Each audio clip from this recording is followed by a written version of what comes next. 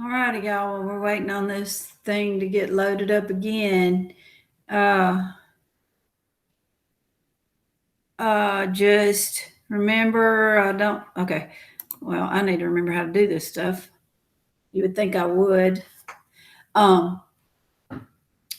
Anyway, we finished up sort of the Israel. We've left them scattered out from hither to yon, pretty much, by the Assyrians. And remember that I told you the Assyrians, they wanted to build a huge empire, and they did that pretty much with some psychological warfare by scaring people into doing what they wanted. And they used whoever they decided to conquer, they would be so bad to them. They would treat them so badly that it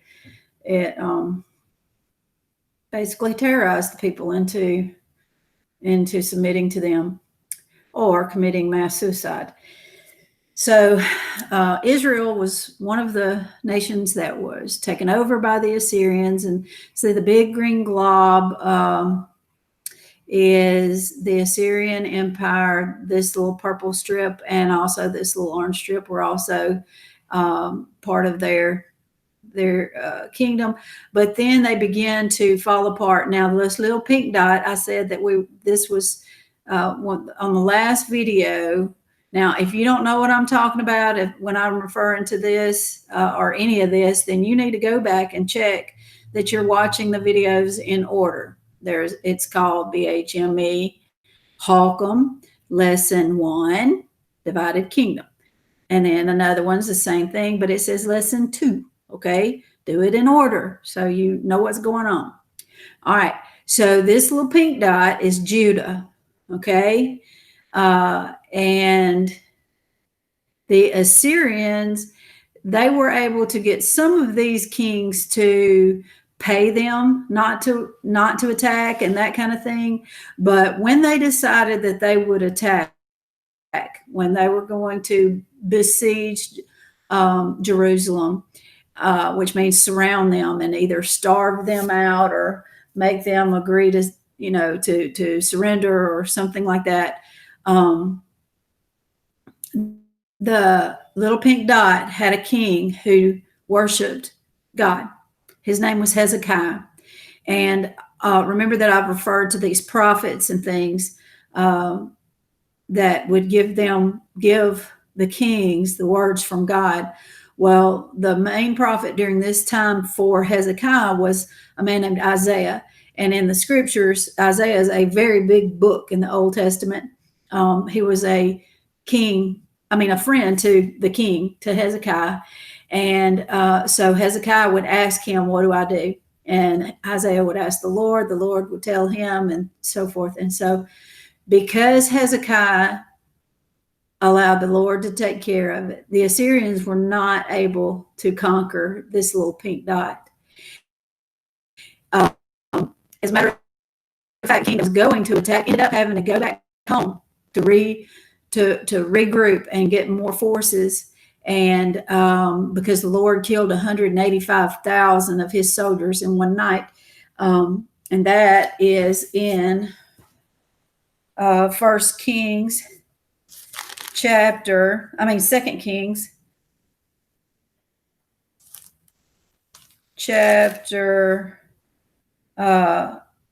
19, verse 35. Okay, if you want to read that. And you can read all of that to understand what went on between Hezekiah and the king of the Assyrians. And it's pretty interesting if you see what happens to him when he goes back to Assyria. Well, Assyria began to fall apart pretty much later on. They got too power hungry. Individual people did. And so they end up losing control over a lot of their territory. And eventually the Babylonians are going to be able to take up. Sorry about that. The Babylonians are going to be able to take over. Now Babylon is down here. Okay.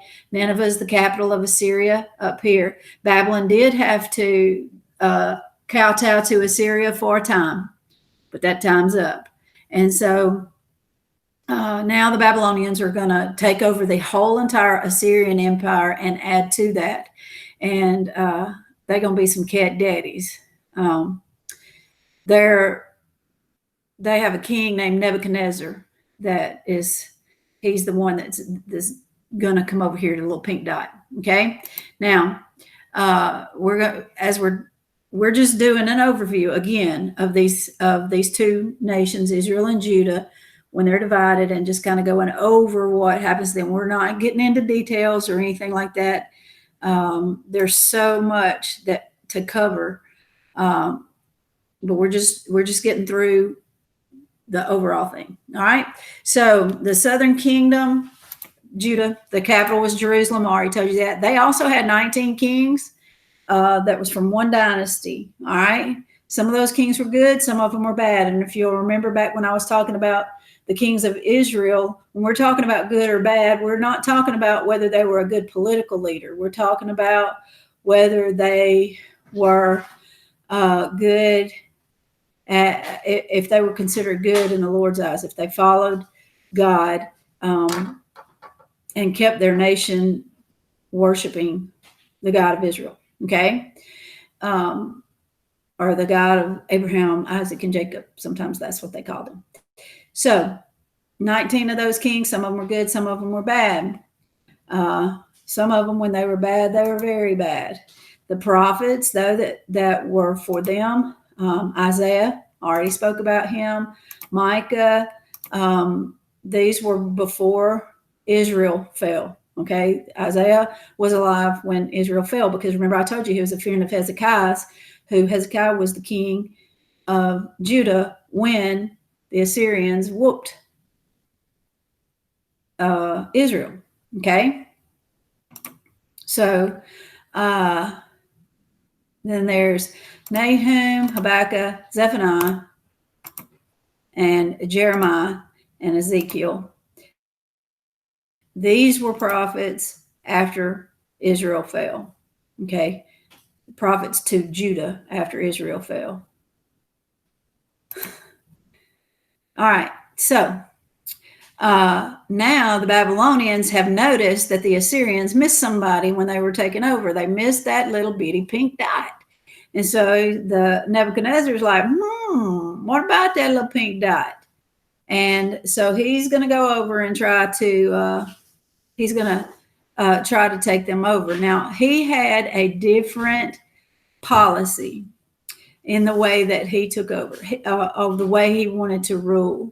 The Assyrians believed that their king should rule everything. They wanted to basically have a dictatorship, kind of, sort of, but the Babylonians thought it would be easier to let the people stay in their own lands. It would be easier to rule over them if they stayed in their own lands, because they would be happier at home and they would be more likely to follow him and do what he said if they got to stay at home. He also believed, or they also believed, that they could rule themselves as long as they did it the Babylonian way. So what the Babylonians would do is they would come in to a place that they were going to not take over, okay? And they would kidnap the young, good-looking, smart, royal guys, and they would take them over to Babylon and put them in basically Babylonian college. They would kind of get a free education, except it wasn't really free. And they would feed them the king's food. They treated them like royalty, and they put them in this school and basically tried to brainwash them, teach them all these Babylonian ways and how to rule countries, their style. At the end of 3 years, so you didn't get a 4-year degree, you got a 3-year degree. At the end of that, the king was the one who gave them their final exam. And so, and there was no corona to get them out of this, okay? They had to take their final exam. And then based on how well you did against your peers, the king decided what kind of job you had back home, okay? Well, when he did this, when Nebuchadnezzar did this in Judah, in the little pink dot, there were 4 specific guys that you have heard of probably, that were kidnapped during that time. Daniel and 3 guys whose names were changed later to Shadrach, Meshach, and Abednego. Okay, so you've heard of those, I'm sure, at some point. They were kidnapped and taken over. Well, when they go, and we'll go into more detail later on in some other videos, but when they get into this school and they begin to, they didn't eat the king's food. They asked for vegetables and water. And when the man that was in charge of them noticed that they weren't looking any skinnier than anybody else or anything, he went ahead and did it as they asked, and let them have that non-king food, I guess. Anyway, so when it was time for them to graduate, they scored so high up out the wazoo, basically, that the king said, I don't want to send you back to your homeland to rule. I want you to stay here and help me rule the whole entire empire. Okay. So they outshined all their other peers from all the other lands and stuff. So they got to stay. Well, it wasn't that they got to stay there, but there's a plan, and God has a plan for them, and they stay. Okay, so Daniel is going to have the ear of this king, and he's going to be an advisor basically to him. And Shadrach, Meshach, and Abednego, we'll see about them. They're going to have their own little places of importance too. Okay. So if things would go right, then when he did send back somebody, he would appoint somebody to be the king. Okay. And then he would appoint somebody to be a governor. He would appoint somebody to be a mayor, whatever, based on how well they scored on their final exam that he gave them. And so when he did this, he was giving them a chance to do right. Well, the king over here, he got a little arrogant, and he would not do what Nebuchadnezzar told him to do. Again, I'm telling you, I'll go into more detail later on. But he ends up, so Nebuchadnezzar comes back to Little Bitty Pink Dot, and he says, you don't want to do what I say? Then fine, I'll take you, and I'll put you in Babylon. And he kidnapped the king, the royalty, and most of the population. When he did this, there was a prophet named Ezekiel who was taken along with that group, and he took them over and plopped them over here too, okay, in a big wad of people. And he assigned somebody else the kingship at that time, and that guy was really terrible. And so Nebuchadnezzar is going to have to come for a 3rd time. And when he comes the 3rd time, it's like 3 strikes and you're out. That's exactly what he did. He ransacked Jerusalem. He burned it to the ground.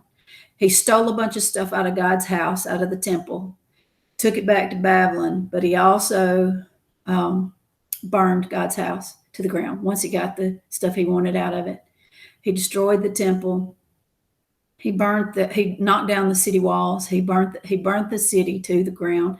What very few people of Judah was left, he left only the weak and the old people there to take care of the land so it wouldn't grow up. And God left a prophet with them, and that was Jeremiah. Okay, so now we're just going to see what happens with those people that were taken and plopped over here.